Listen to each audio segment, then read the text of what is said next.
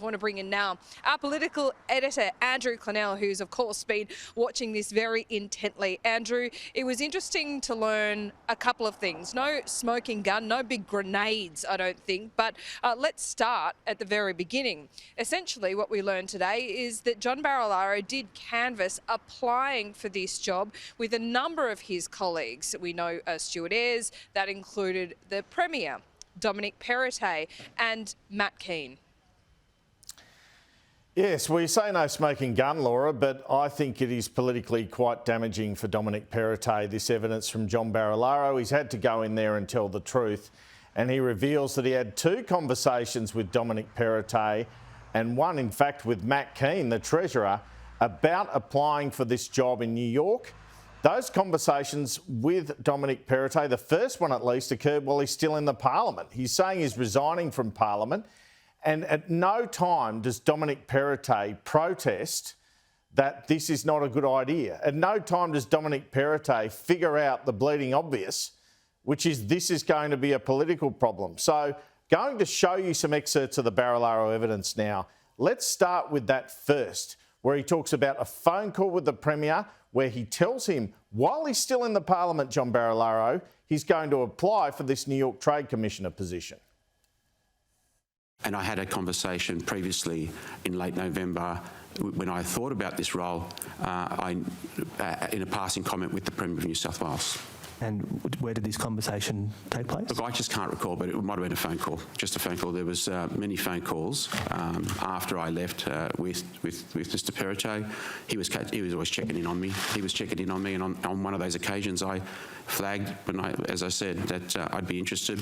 He had nothing more to say than go for it. And in one of those conversations you said you raised an interest? Yeah, I just mentioned that, I was thinking about the trade roll to the Americas. Do you recall precisely what you said, or is that the best recollection? I think that'd be the closest I could recall. And what did he say? All I remember was like great, or what I think it was just like great, and that was it.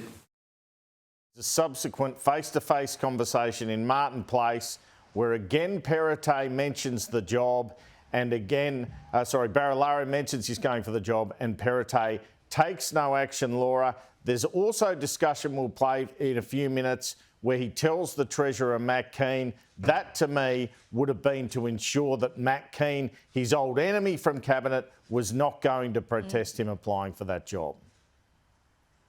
Yeah, Matt Kean didn't flag any kind of problem with that suggestion that he was going to apply for the job. A number of his colleagues didn't do that either.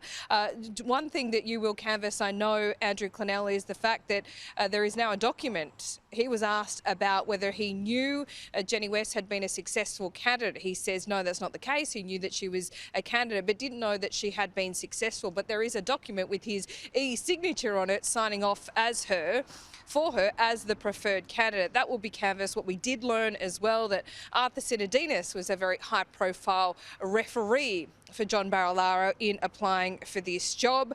And one thing I did note is Labor did start to pursue this line of questioning about him being an executive for Coronation Property, how that interacted with the Building Commissioner, who, as we know, has since resigned. And that resignation letter was quite a fiery one. So all this being explored, a lot of these first 2 hours, Andrew, is really establishing where Labor is going to go.